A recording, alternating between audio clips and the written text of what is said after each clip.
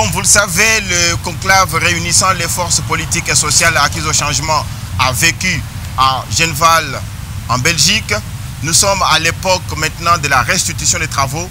Ici à Toronto, nous avons invité un des participants, M. Ferdinand Kachama, directeur adjoint du cabinet du secrétaire national de relations extérieures, Félix Antoine Tshisekedi. Il nous parle un peu de ce qui s'est passé, des travaux et de la structure et des actions à venir.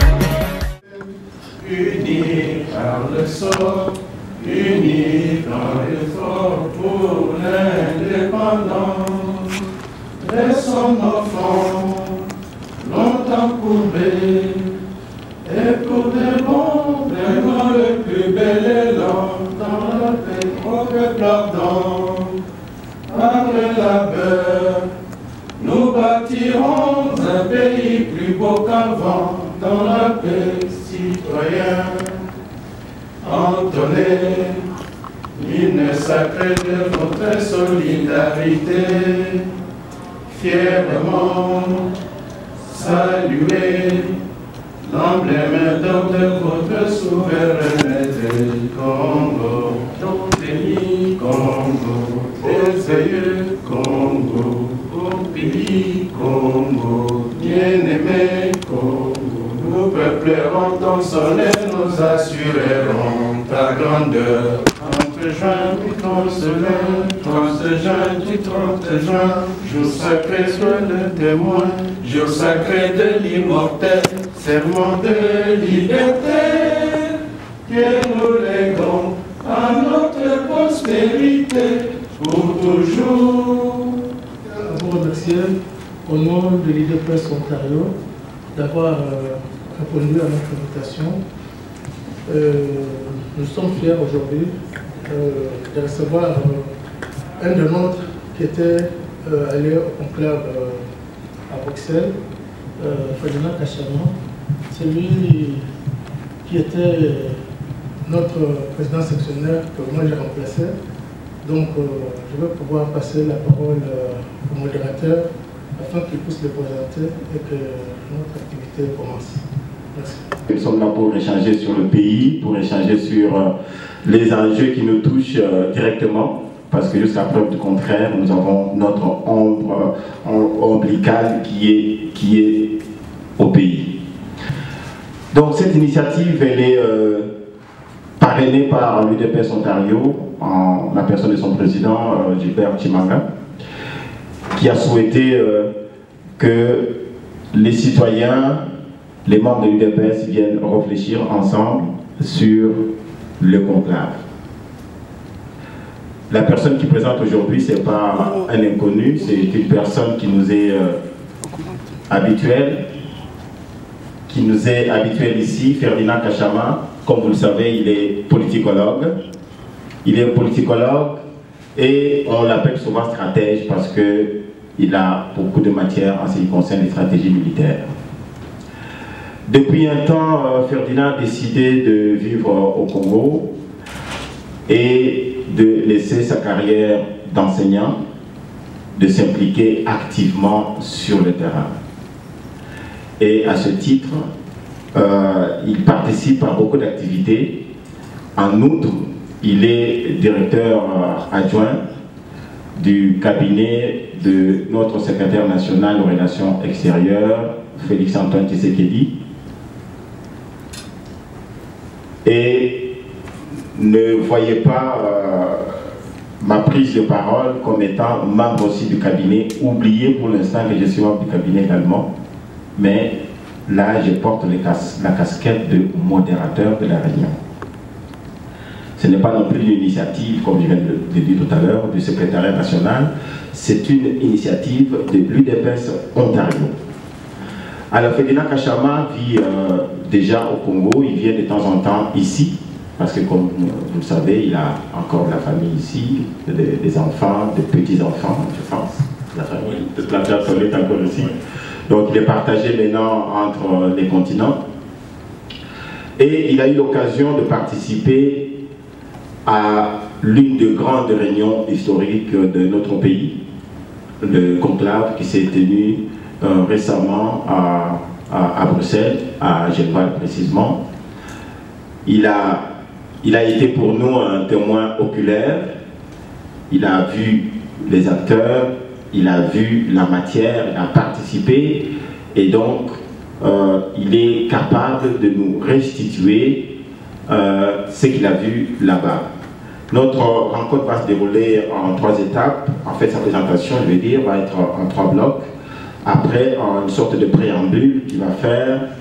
On va voir 3 blocs. Donc, il va nous parler des activités ou des actions ou des actes qui se sont déroulés avant le conclave. Donc, c'est la période pré-conclave. Et comme nous continuons à préciser qu'il est le témoin oculaire, il nous parlera du conclave comme tel, ce qui s'est passé. Et le 3e bloc, ce serait la période post-conclave, qu'est-ce qui se passe. Après sa présentation, je demanderai à chacun ici de nous donner sa perception du conclave. Comment est-ce que lui, il a vu, qu'est-ce que lui, il a retenu de cet événement que nous avons tous suivi. Et au terme de la réflexion individuelle ou des questions-réponses pour ceux qui en auront, nous allons formuler ce que j'appelle des résolutions citoyennes. Ces résolutions vont être acheminées à la coordination du rassemblement. Donc c'est vraiment des résolutions citoyennes parce que ça vient de citoyens de la communauté, des citoyens congolais. Ce ne serait pas des résolutions de l'UDPS, mais des résolutions citoyennes. Donc, vous allez participer activement, j'espère, à ces résolutions. Et nous avons la chance d'avoir une bonne participation des dames parmi nous, c'est que nous souhaitons de plus en plus dans la politique congolaise. Sur ce, je vais passer la parole. Je vais passer la parole au présentateur et s'il vous plaît, suivons sa présentation doucement, tranquillement, religieusement et après nous arriverons à l'étape des échanges. Merci. Merci à tout le monde. Je suis bien fier d'être parmi vous, de venir de l'Ontario, de l'UDPS Ontario. Je vous remercie puisque vous avez pris votre temps à pouvoir venir m'écouter. Je vais faire de mon mieux pour pouvoir satisfaire à votre curiosité. C'est que je sais que le principal but de cette rencontre ou de cette réunion ou cet échange, c'est de parler du conclave qui a eu lieu à Bruxelles.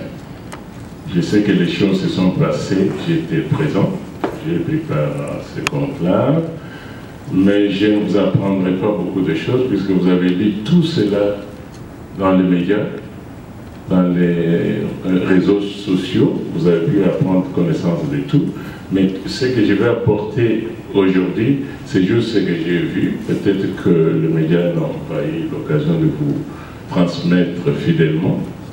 Et surtout, comme l'a bien mentionné M. Eddy, c'est à la fin parvenir à ramasser certaines recommandations citoyennes qui pourraient être acheminées à qui des droits. C'est ça qui sera le plus important de notre rencontre aujourd'hui, puisque ce qui a été fait à Bruxelles concerne tout le peuple congolais. Comme vous le savez, notre pays a connu plusieurs péripéties, a connu l'esclavagisme, a connu la colonisation, a connu des dictatures, et nous continuons dans ces régimes dictatoriaux au moment où nous parlons. Et à chaque fois, lorsqu'on voulait quitter la colonisation et entrer dans ce qu'ils ont appelé l'indépendance ou l'autonomie politique et financière, il y a eu ce qu'on a appelé la table ronde. Cette table ronde avait connu également, comme le cas des conclaves, la participation des forces politiques de tout genre. On se souvient que M. Lumumba, qui était en prison, lorsque les leaders se sont réunis en faisant un front commun, ils ont exigé la libération de M. Lumumba, Patrice. Et Lumumba a pu rejoindre ses amis et c'était à Bruxelles. Alors, on a eu l'indépendance. Et ensuite, vous savez ce qui est arrivé. À un moment, c'était à Tananarive où les leaders s'étaient réunis. À ce moment-là, c'était la mouvance panafricaine où nos leaders ont été aussi dans des pays étrangers pour pouvoir parler de notre pays. Vous vous souvenez également qu'il y a eu le dialogue intercongolais à Sun City, où les leaders se sont retrouvés pour toujours trouver des solutions à nos problèmes, donc aux problèmes du Congo. Et ce qui est arrivé à ces dates dont je vais aborder tout à l'heure, ce n'est que l'habitude. Je n'oublierai pas la conférence nationale souveraine qui a été tenue pour toujours trouver des solutions à nos problèmes.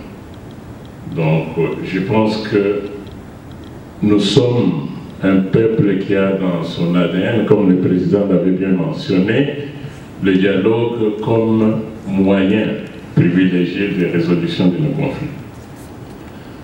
Donc, j'essaie, à partir de tout ce que j'ai cité, de la façon dont nos leaders, nos organisations de partis politiques se sont réunis, où ils ont pris part à des forums à travers le monde. Je sais que nous avons connu des guerres qui ont endeuillé notre pays. On parle des millions, qui sont millions de personnes tuées. Mais ces crises finissent toujours la solution à travers un dialogue.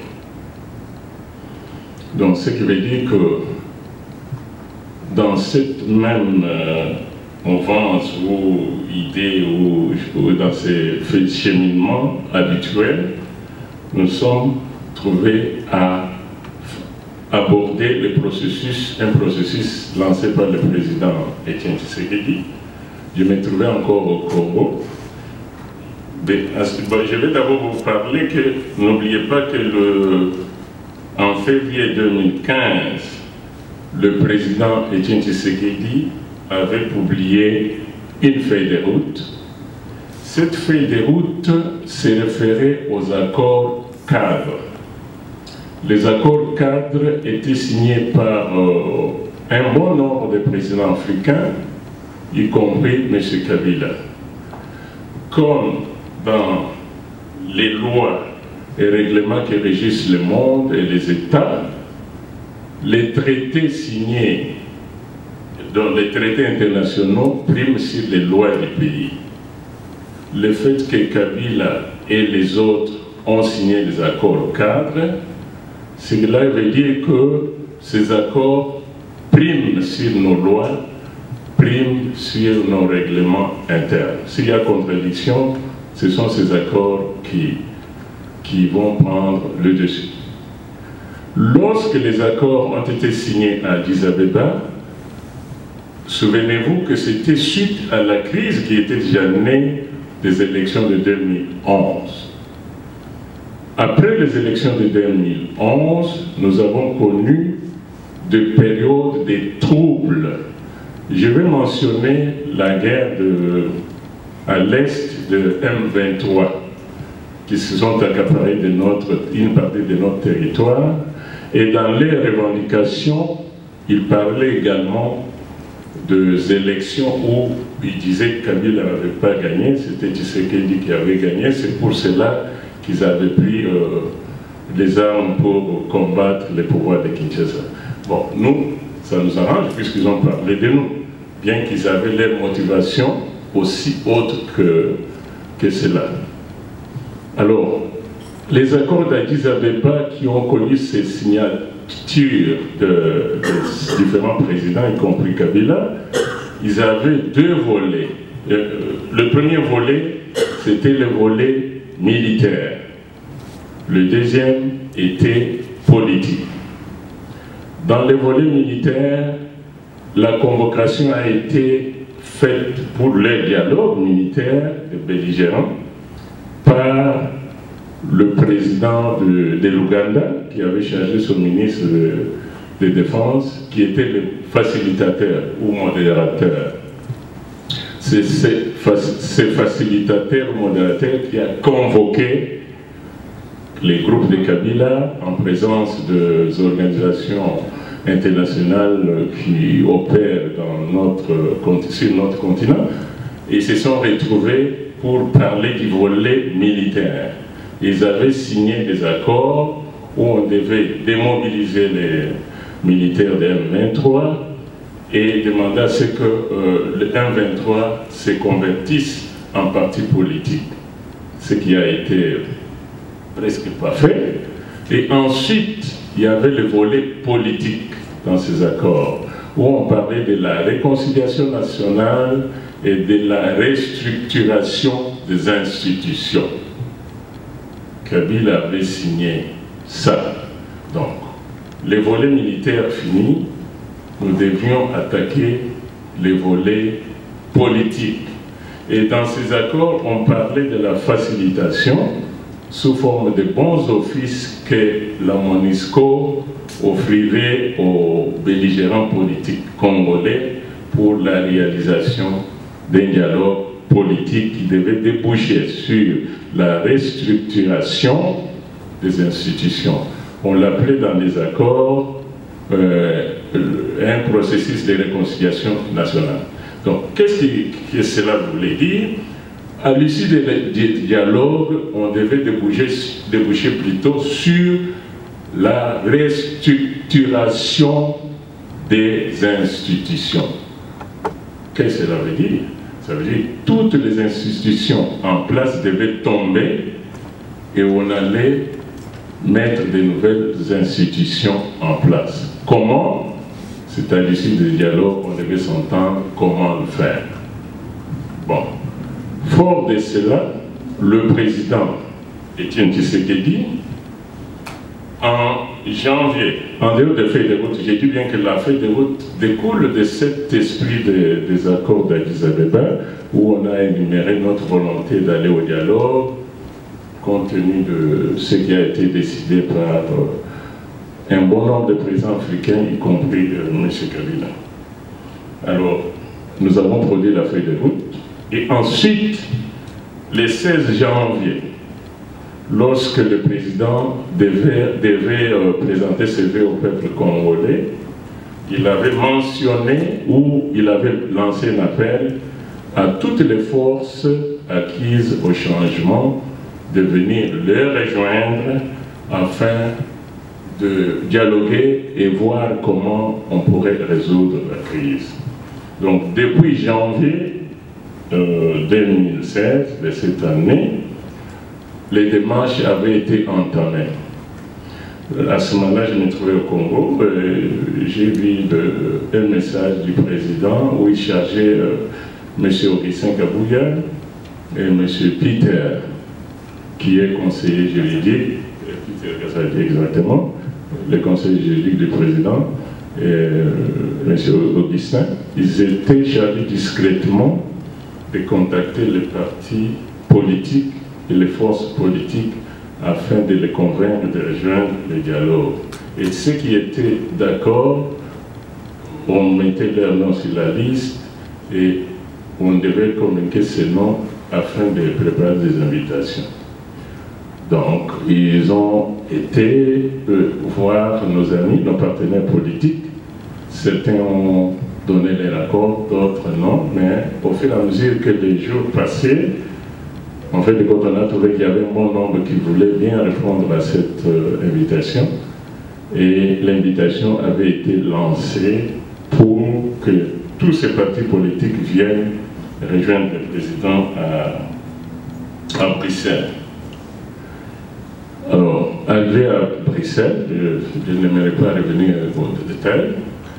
À Bruxelles, nous sommes retrouvés avec différents partis politiques, avec certains des leaders importants de notre échiquier politique congolais. Alors là, j'attaque la deuxième partie qui est le dialogue, les conclaves, pardon. J'attaque les conclaves. Arrivé maintenant au conclave, d'abord nous sommes réunis le 4 juin, donc les représentants de notre parti, l'UDPS, autour du président pour pouvoir parler des affaires du parti. Et on a aussi touché certains points sur le plan d'organisation de dialogue. Alors, où le président nous a signifié que c'était le président de l'UDPS Belgique, le docteur Kabanda, qui devait s'occuper de la logistique de l'organisation de conclave, étant donné que tout se passait en Belgique où il est notre représentant. Donc on nous a informé de cela et on a demandé aux représentants qui étaient disponibles à se faire connaître pour la participation au travail des conclaves. Et dès que la réunion était terminée, donc il y avait des affaires du parti qu'on a traitées, mais j'ai touché juste côté conclave. Ensuite, les réunions ont commencé, ont débuté. Ce que vous avez vu le 8 et le 9, c'était que donc, la finalité de toutes les tractations qui se faisaient, il y avait des réunions qui se tenaient tous les jours depuis le 5, les 6, les 7, des réunions se tenaient et ils étaient informels ou formels, je ne sais pas, mais vous voyez les réunions qui se tenaient. Et c'était pour que, au moment venu, qu'on n'ait pas beaucoup plus de divergences dans ce que nous allons pouvoir présenter au conclave. Donc, après ces réunions, une décision a été prise de pouvoir se retrouver en conclave. Donc le 8, si je ne me trompe pas, c'était le 8 où on a ouvert les conclaves. Il y avait les médias belges, beaucoup de journalistes, plusieurs journalistes, des organes de presse belges qui étaient là, les organes de presse congolais exactement étaient là. Le premier jour, ce n'était pas un secret, vous avez vu M. Pereiro, qui est chargé des Grands Lacs, les représentants des États-Unis aux Grands Lacs, qui est venu voir le président et nous encourager de travailler, de mettre en place une coalition. Et le premier jour du conclave, le président a ouvert, il a parlé des dialogues et les participants ont suivi son discours, mais en fin de compte, il fallait qu'il y ait d'autres débats. C'est à l'issue de ces débats-là que la coalition, le leadership du président a été déterminant.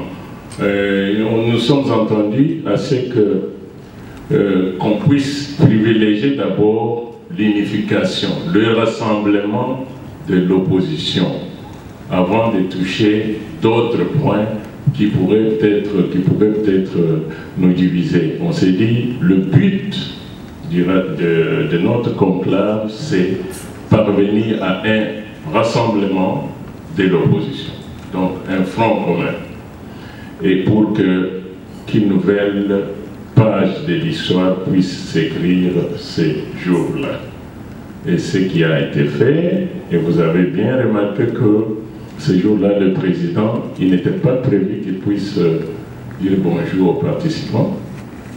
Et nous, on avait l'hymne et puis on devait continuer le programme selon ce que le modérateur avait préparé. C'est lui-même qui avait demandé de saluer individuellement tous les participants. Et c'était un moment très émouvant. Dans la salle, tout le monde était vraiment très content, touché de ce geste, en serrant la main à chacun et bien fort, avec un sourire, avec peut-être des petites phrases d'encouragement. Et ça a été vraiment bien apprécié par les médias et les participants. Donc ça, c'est le premier jour. Et ensuite, son discours d'invitation au dialogue. Et le lendemain, d'abord, la nuit, les réunions ont commencé. Le matin, des réunions en commission. Là, comme vous l'avez vu, il y a eu un engagement qui a été lu, il y a eu la motion, il y a eu la déclaration. Donc les 3 documents. Dans la déclaration ou l'engagement, tout le monde, tous les participants étaient d'accord que la résolution 2277 puisse être reconnue et respectée totalement. Donc, c'est ce que vous avez vu, qu'il y a eu cette déclaration. Surtout, je vais demander à Papa Eji de nous lire en attendant l'engagement. Permettez-moi de vous montrer la photo de la signature. Permettez-moi de vous montrer ça. C'est le logo. J'ai le privilège de participer à son choix comme il est. Ok, je vous en prie. Donc, conférence des forces politiques et sociales de la RDC acquise au changement. Acte d'engagement des forces politiques et sociales acquises au changement en République démocratique du Congo, réunis en conférence à Genval, en Belgique, du 8 au 9 juin 2016. Nous, forces politiques et sociales acquises au changement, considérant la crise persistante et continue, planifiée et exécutée par M. Kabila, afin de placer la nation congolaise tout entière devant un fait accompli et ainsi réaliser un coup d'État constitutionnel. Prenant en compte la détérioration sans précédent de la situation économique et sociale des populations congolaises rivées à la misère et à l'extrême pauvreté, considérant l'instabilité politique et l'insécurité généralisée auxquelles la politique de M.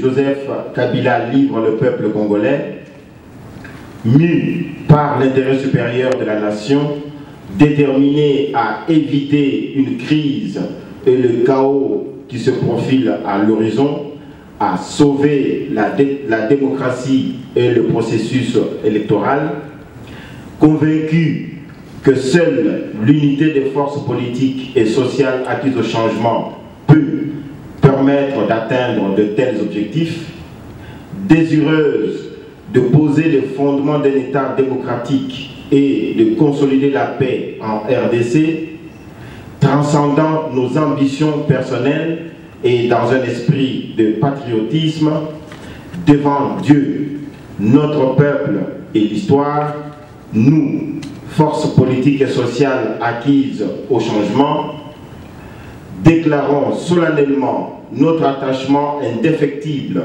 à la Constitution de la République et à son strict respect. C'est pour cette raison nous disons non à toute idée ou projet de référendum pour élaborer une nouvelle constitution, non au dialogue convoqué par l'ordonnance de M. Joseph Kabila du 28 novembre 2015, non au dédoublement des partis politiques. Exigeons l'organisation des élections dans le délai constitutionnel et de l'élection présidentielle avant le 19 décembre 2016, conformément à l'article 73 de la Constitution. La dissolution des formations politiques ayant adopté les mêmes dénominations symboles et signe distinctif que les partis politiques régulièrement constitués. La mise en œuvre intégrale de la résolution 2277 du Conseil de sécurité des Nations Unies sous la modération du facilitateur international, renforcé par un panel de représentants des Nations Unies, de l'Union européenne, de l'Union africaine, de l'Organisation internationale de la francophonie, ainsi que des États-Unis d'Amérique. La libération immédiate et sans condition de tous les détenus politiques et d'opinion, des activités des droits de l'homme et des journalistes. Le retour au pays de tous les exilés politiques congolais. La libération de l'espace politique. L'ouverture des médias privés fermés arbitrairement et ou confisqués. Le libre accès aux médias publics à tous les courants politiques et sociaux.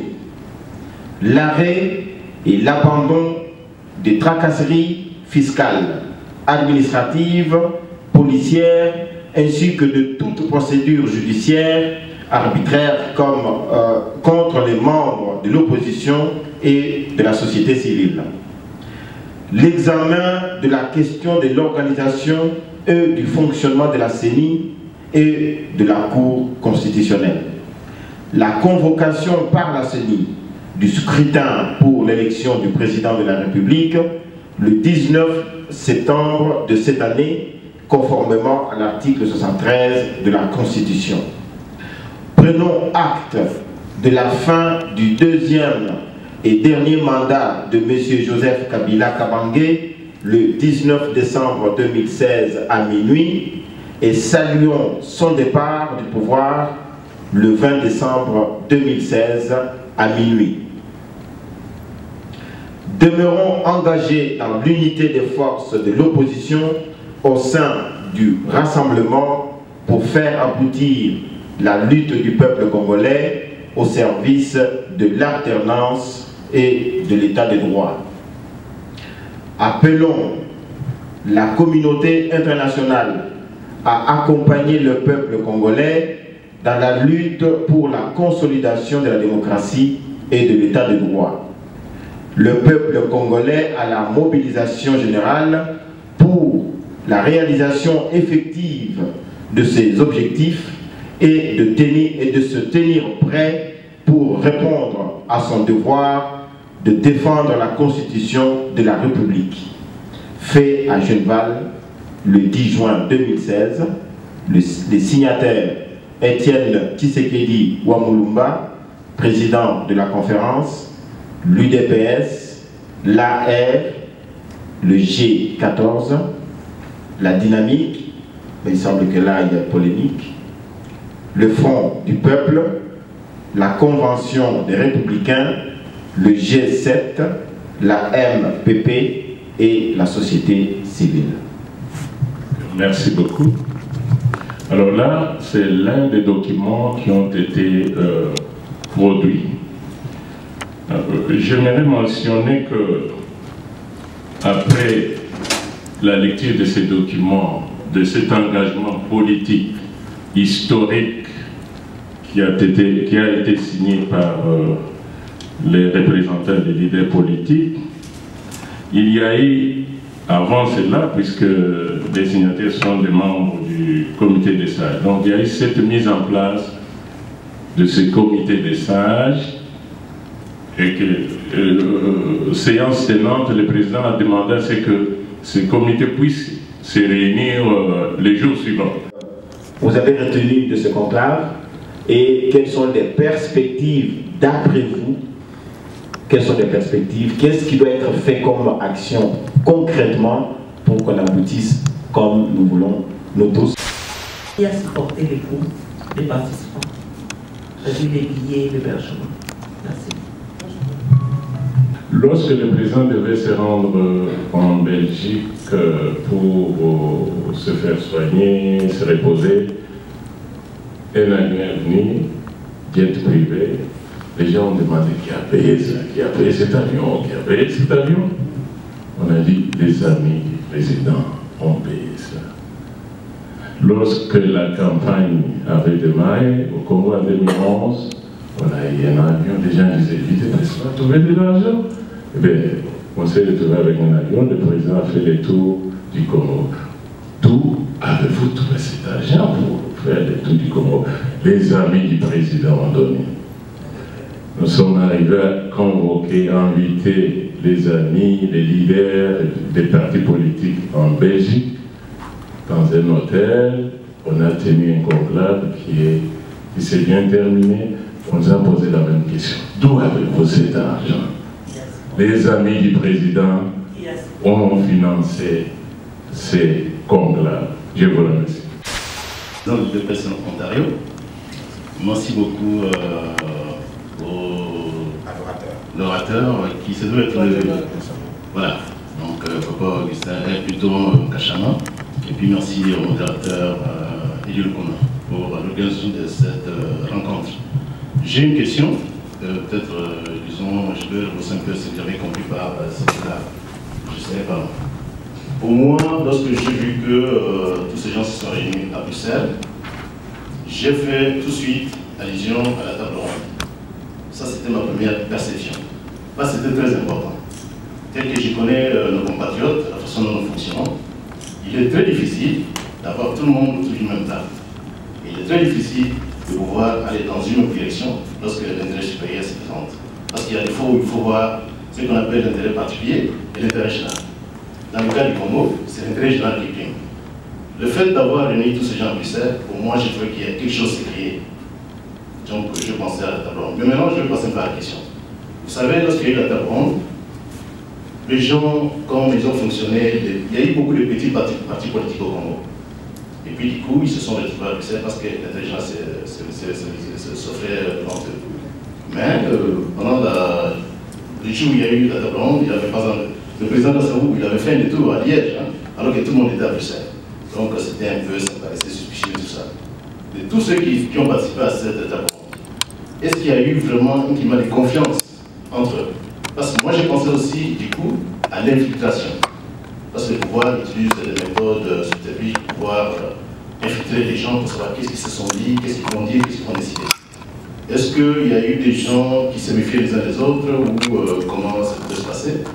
Et puis, éventuellement, après ces conclaves, à la différence de la table ronde, l'oppresseur qui était la Belgique, il s'est réuni avec ceux qui ont passé à la table ronde, ils ont été exilés par exemple de la libération du monde.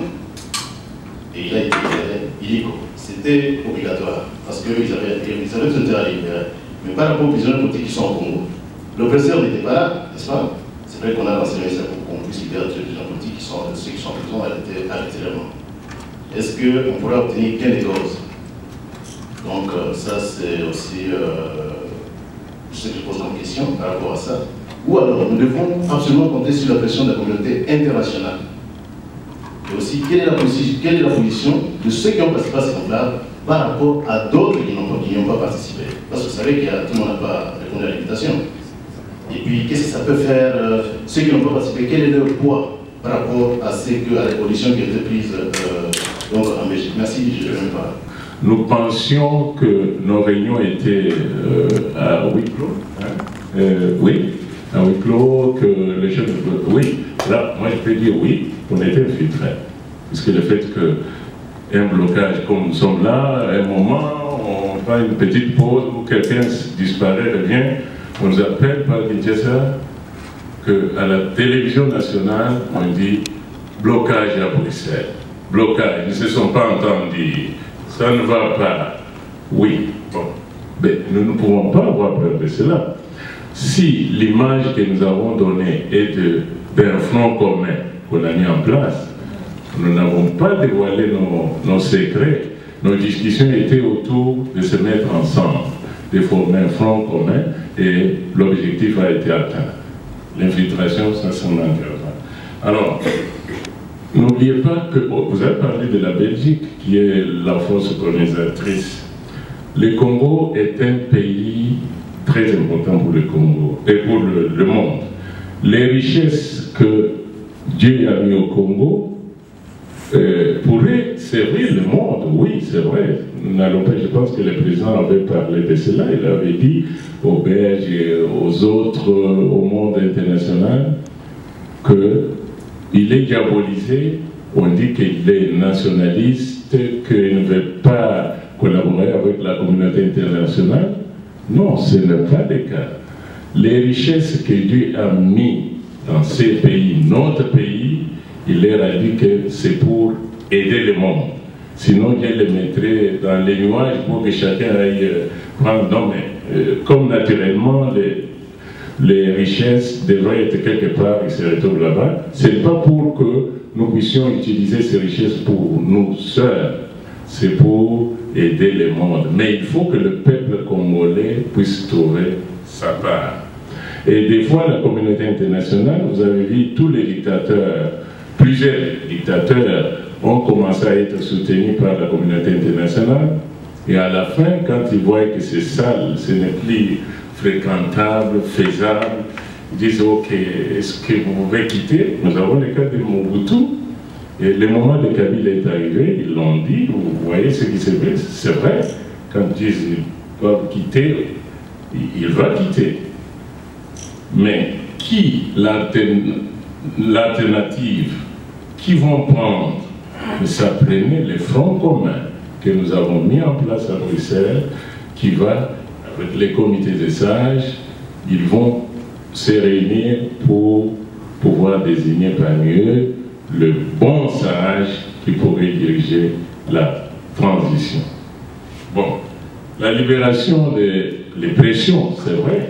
Si nous regardons les résolutions des Nations Unies, on parle aussi de la libération des prisonniers politiques.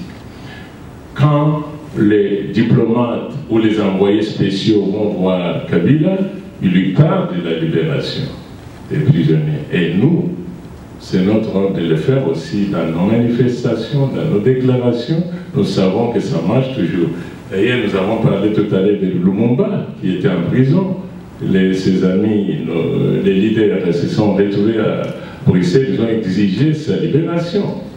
Nous également, avant d'aller au dialogue, si le dialogue a lieu, nous allons exiger, avant de commencer, nous demandons la libération des prisonniers politiques. Et certains même seront sur nos listes de participants pour pouvoir aider à ce qu'ils soient vraiment libérés. Donc, la non-participation des autres en démocratie, ce n'est pas parti beau moko, mokonzi beau moko, non.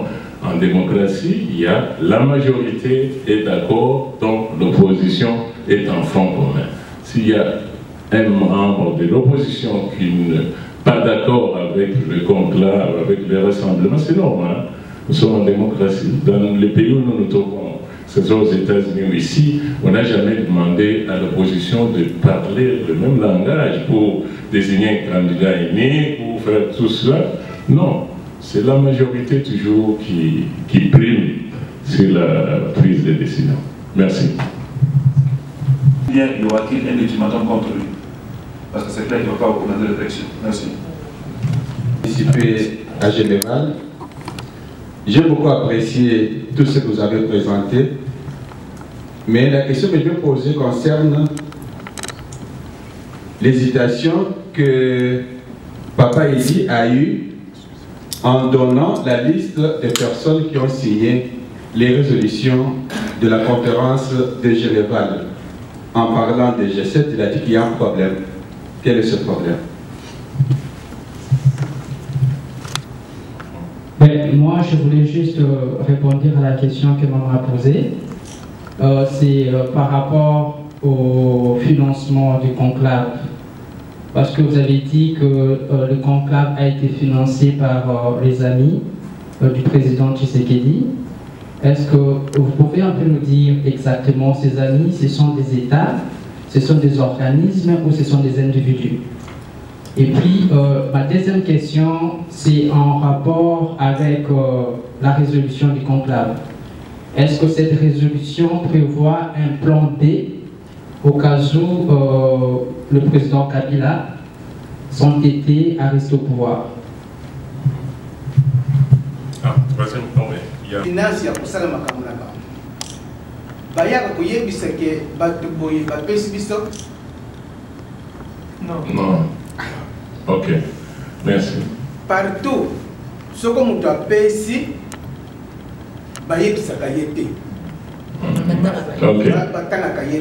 Vraiment, merci beaucoup des suppléments. Bon, je pense que c'était clair, que c'est pas aucun État n'a mis la main dans sa poche. Il y a des individus et l'école, la coordination vont se réunir, vont produire un document des actions à mener. Et sous peu, vous serez informés des actions. Avec vos propositions, mais nous allons acheminer cela. Ok. Non, on continue. C'est quel élément de réponse à la question? Je voudrais... Sinon, il répond d'abord. Oui. Ça nous apporte un peu la lumière. Ok. Les gens ont payé leur billet, vous l'avez dit, n'est-ce pas? Mais maintenant, l'hébergement et tout ça, ce que je sais, je le répète, et je suis bien informé. Il y a eu des amis du président qui ont participé, qui ont aidé. Et d'autres, je ne sais pas, mais il y a eu quand même une aide des amis du président. Oui. Toujours cette question, la même. Ok, vas-y.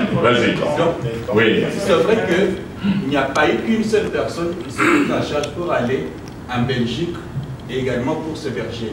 Lors de la restitution de la conférence de Genève par Fayoulou, Fayoulou est déjà parti.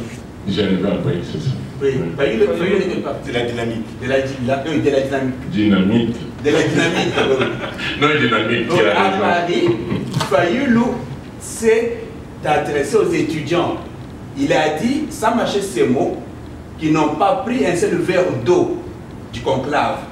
Ils se sont pris en charge, ils ont refusé d'être hébergés, ils se sont pris en charge également concernant leur hébergement.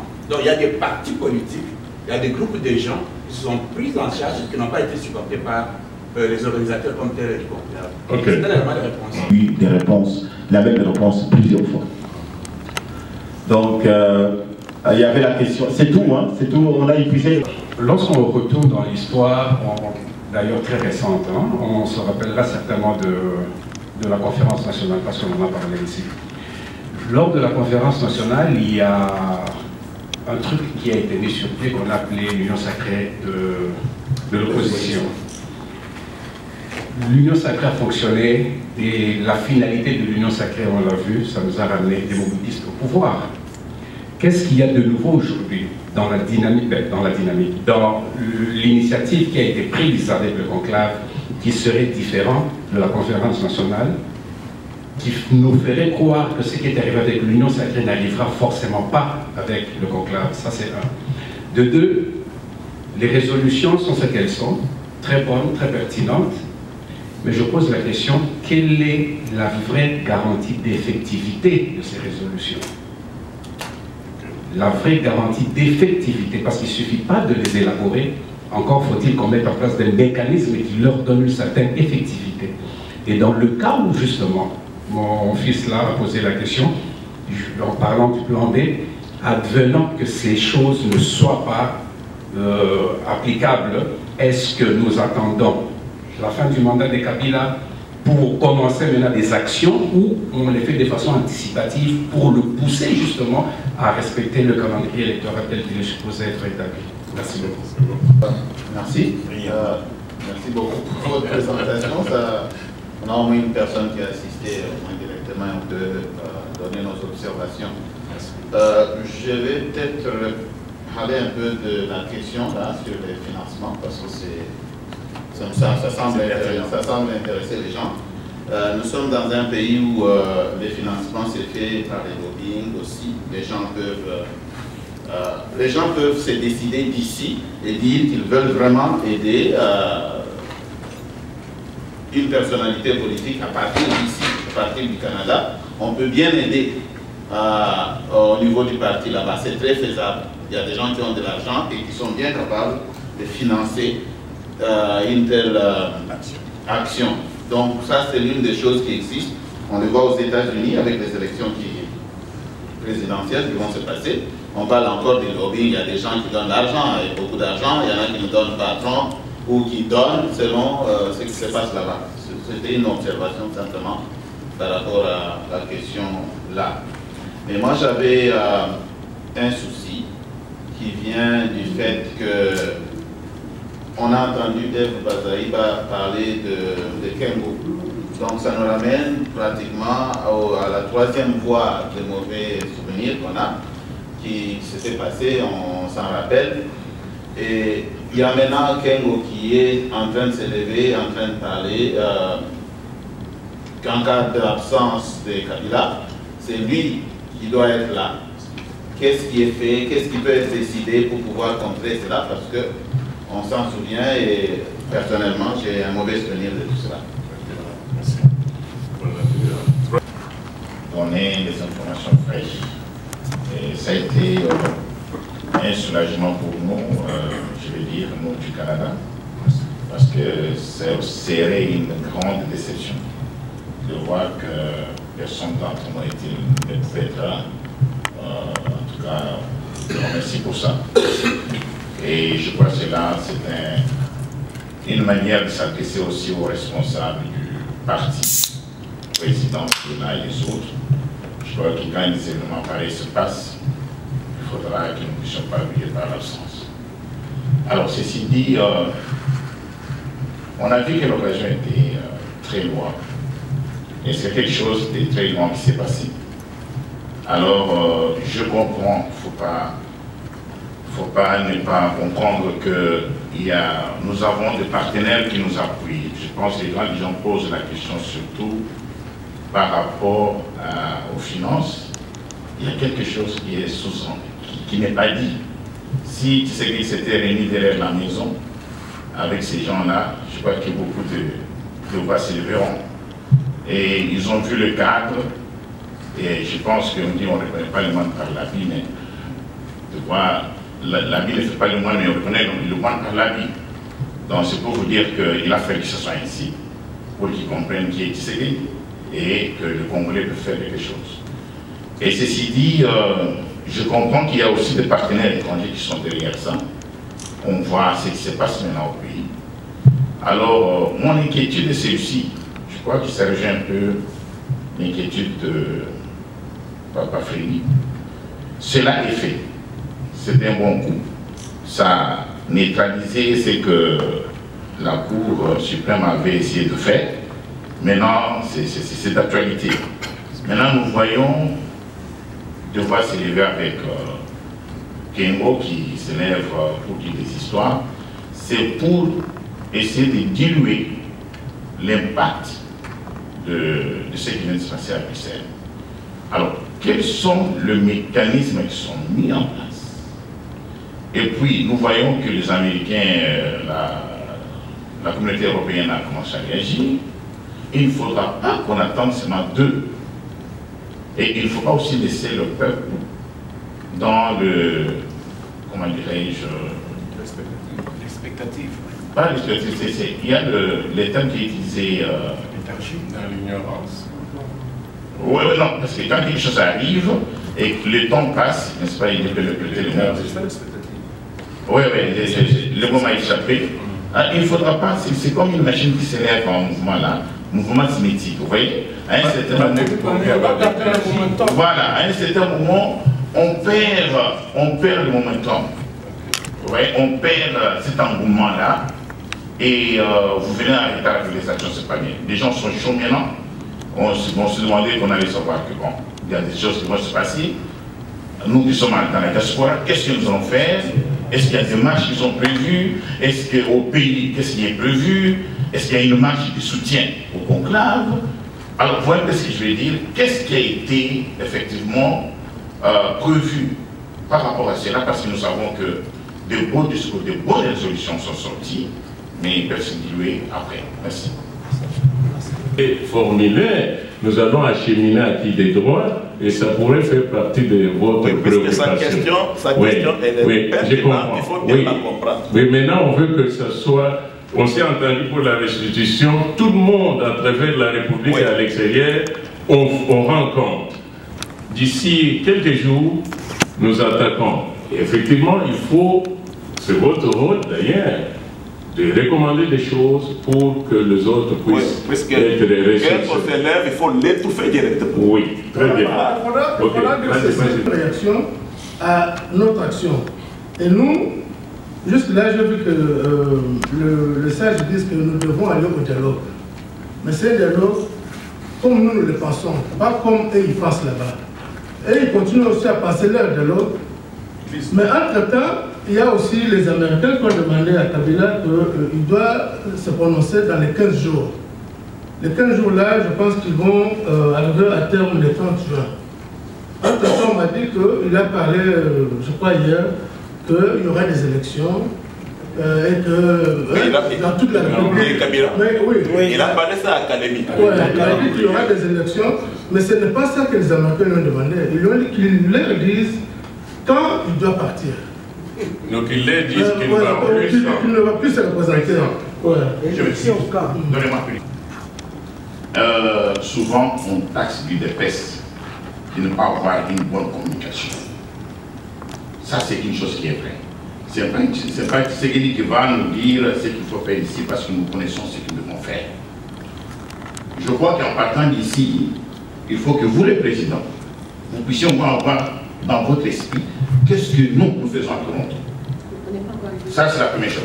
On ne va pas attendre parce que allez-y, ramenez les documents chez les sages et qu'ils vont voir. Pendant ce temps-là, ces gens-là ne dorment pas. Si Congo est sorti, Kem n'est pas seul. Il sait ce qu'il a fait. La communauté, la grande partie de la communauté est illettrée. Ils suivent les mouvements. Mais il faut des gens qui doivent être là pour qu'ils sentent que ce soit sérieux. Les Américains parlent là-bas, les élections se font à Toronto, les élections se font en Europe, et puis même au pays, les gens se lèvent pour faire par exemple des manifestations sans violence. À ce moment-là, on sent que la marmite brûle. Et ceux qui sont dehors, ils vont aussi avoir la force d'insister sur la chose. S'ils disent, vous dites, les Américains ont dit, ils ont donné, attendons que les sages voient ici. C'est le moment de battre, de faire quelque chose. Il n'y a plus de temps qui reste. Merci. C'est une recommandation. Oui. On le sait. S'il vous plaît, on va passer aux réponses. C'est possible d'organiser les élections dans le délai constitutionnel. Les groupes de sages qui se trouvent à Bruxelles doivent donner un ultimatum pour quitter le pays parce qu'il a démontré qu'il était de mauvaise foi ou incapable d'organiser ces élections. Donc, on doit lui donner. Et le pays ou le pouvoir? Le pouvoir. Même le pays. Donc voilà, donc il doit quitter le pouvoir, et pourquoi pas le pays, donc parce qu'il est totalement incapable de le faire. Donc on doit donner un ultimatum de quitter avant le 19 décembre. On ne peut plus attendre avant le 19 décembre. Ne dites pas qu'il est incapable, il est de mauvaise foi. J'ai dit ça, j'ai dit qu'il est de mauvaise foi et incapable d'organiser les élections. Alors il doit quitter avant le 19 décembre. Et qu'on laisse un gouvernement de transition pour ces élections-là. Parce que lui, il est de mauvaise foi et incapable. Voilà. Donc c'est là. Merci, Président. En tout cas, tout a été clair. Et j'ai presque compris beaucoup. C'est pourquoi moi, je vais directement passer aux actions et surtout ici à Toronto. Et au pays aussi. Parce qu'on a fait beaucoup de marches. Hein? Beaucoup. On a marché sur le froid. Mais je pense que le moment est vraiment venu pour que nous, les Torontois, que nous nous mettions encore debout. Et je pense qu'il nous faut une sensibilisation et une mobilisation. Il faudrait aussi former et puis informer les Torontois. Parce que nous nous retrouvons ici, mais je pense que beaucoup de personnes qui sont restées à la maison ne savent pas, ne sont pas au courant de tout ce qui s'est passé là. Alors, parce qu'il s'agit d'une cause vraiment de notre pays, il faudrait que les gens soient sensibilisés.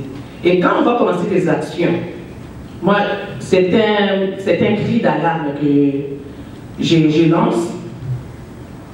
La communauté congolaise, on a beaucoup de gens, des personnes qui ont un emploi un peu plus qualifié. Alors, je demanderai pour cette fois-ci de prendre peut-être 2 ou une journée, des journées personnelles ou journées des maladies, pour que quand tu entends qu'il y a une action, que tu laisses un peu ton travail, que tu viennes rejoindre la communauté. Parce que si on nous voit nombreux sur la route, il y a des enseignants, il y a des éducateurs, des éducatrices, il y a des infirmiers, on a vraiment une communauté qui renferme beaucoup de oui. Alors, vraiment, Président, le problème c'est la sensibilisation. Quand on n'a plus le temps de dormir. Si vous voulez qu'on arrive vraiment à des bons résultats, il faudrait se lever. S'il faut faire des réunions dans chaque cité, comme à Brampton et Jax, tout, en tout cas, pour cette fois-ci, qu'on voit vraiment que le peuple congolais à Toronto ici a bougé. Et puis, il faudrait que nous soyons aussi en communication avec nos familles au pays. Je sais que les cas de la communication, c'est difficile parfois. Parfois, on fait des choses ici. Moi, je suis de l'UDPS. Peut-être que parmi les membres de ma famille, il y a des gens qui sont du PPRD. Bon, tout ça c'est quoi? C'est manque de communication. Il faut dire peut-être, ah maman,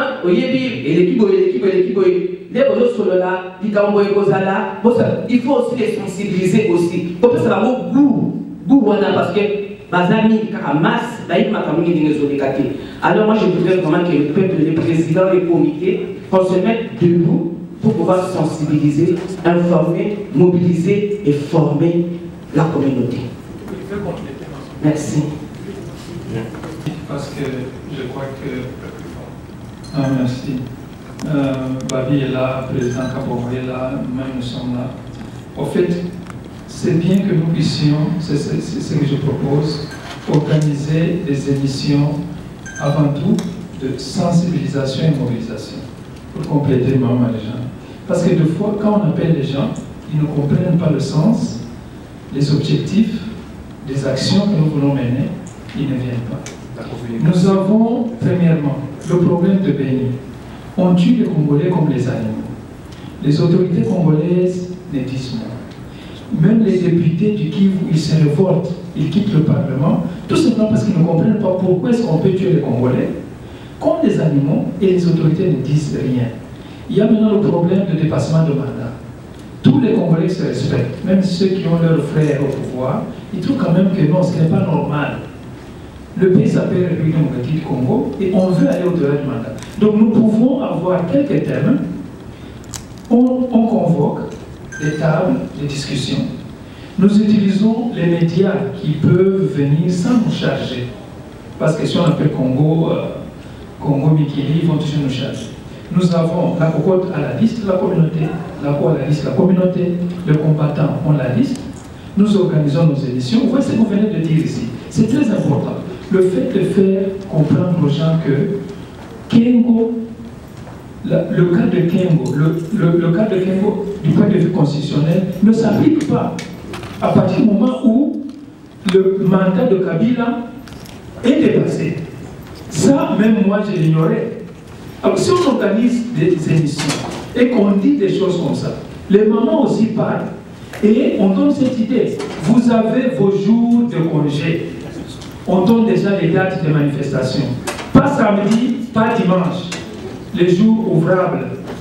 Chacun de nous prend son jour de congé et on se retrouve quelque part, on part les routes. La première recommandation. Mais c'est une recommandation. On doit avoir en Belgique. Non, ça c'est au niveau local. Parce que quand nous faisons ici. Maintenant, vous cherchez pour avoir en Belgique. Mais ça c'est très important. C'est une bonne idée. On commence par faire ça ici. Les autres peuvent adopter. Oui, ceux de Belgique, de France, ils vont nous suivre. Exactement. Parce que même pour les marches, c'était comme ça. Les marches sont parties quelque part et partout on a pris.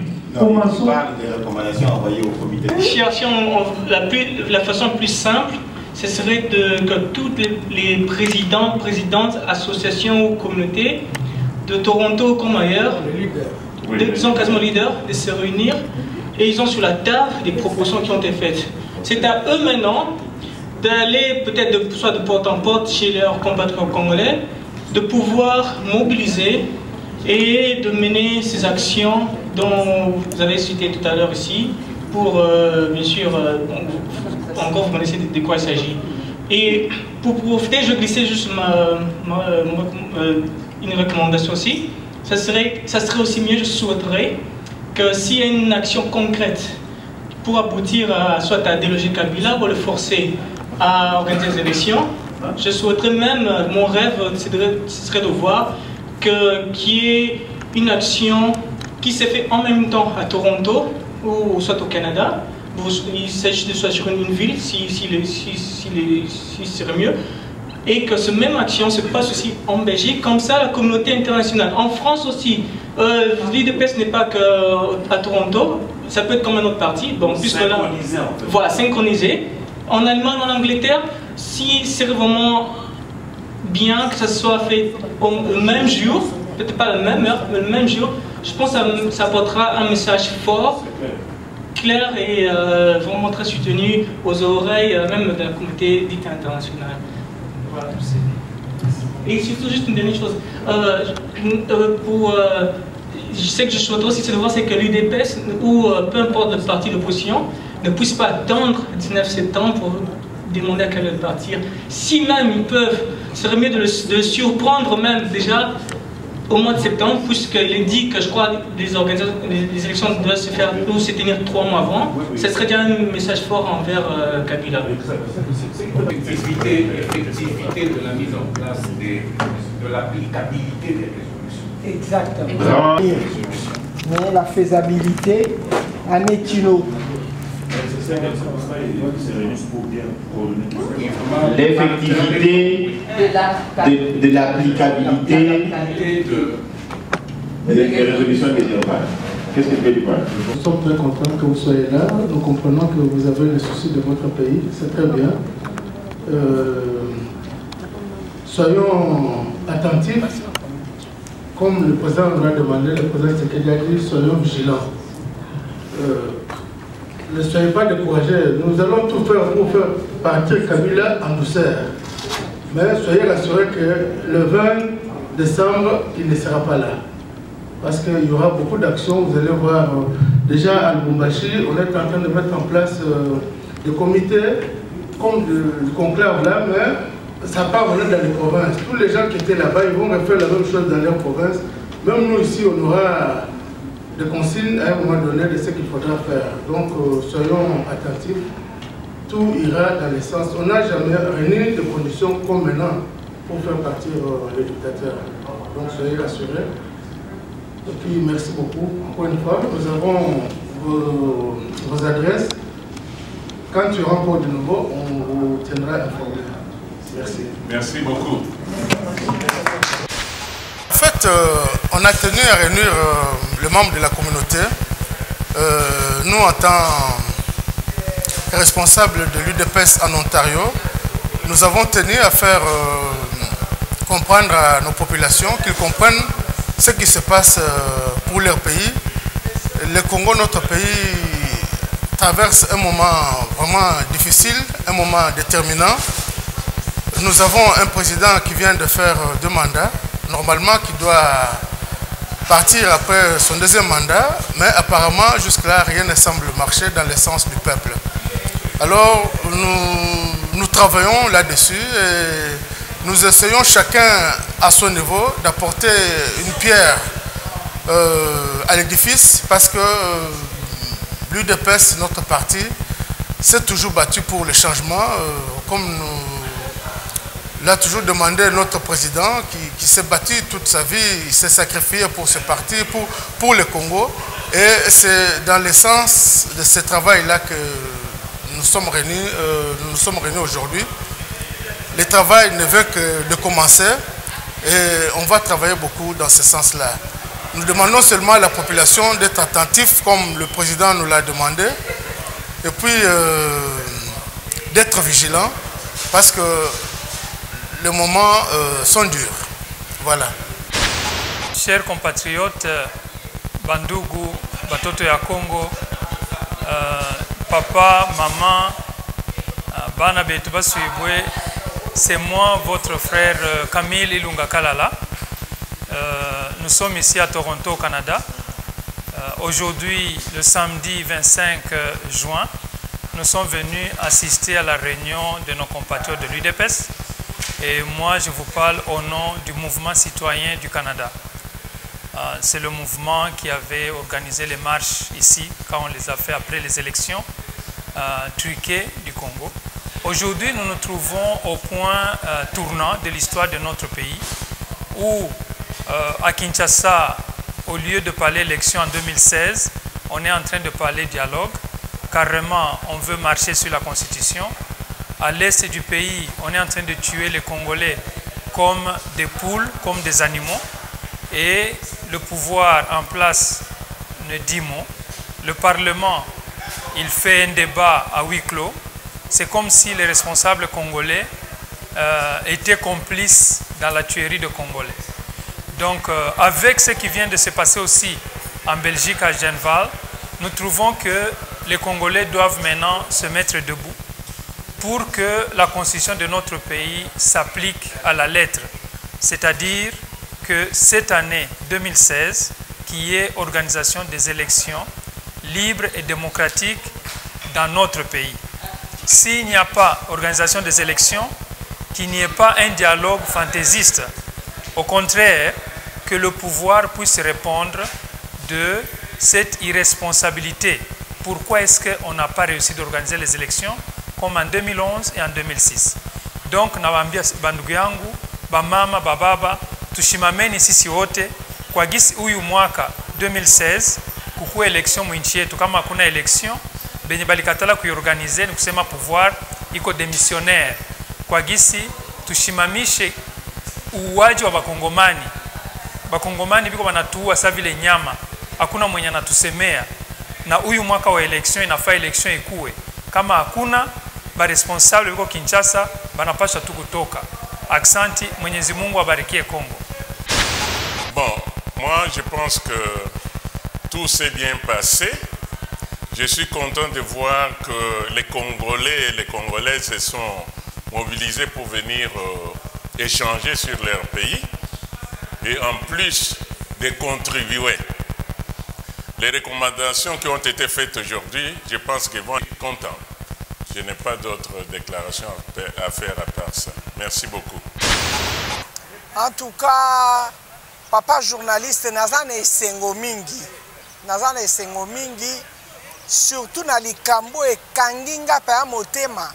Oye pense motema na ngai na esengo. Ezatang na okaki dialogue eza na kati ya ADN na biso ba Congolais.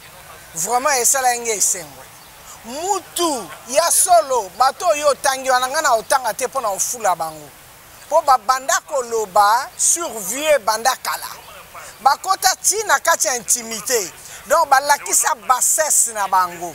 Donc nga kotanga kombo na bango te, mais na lingine interpeller bango en tant que ba maman. Alors qui commence bien, finit bien. La restitution des travaux de Genval a bel et bien eu lieu.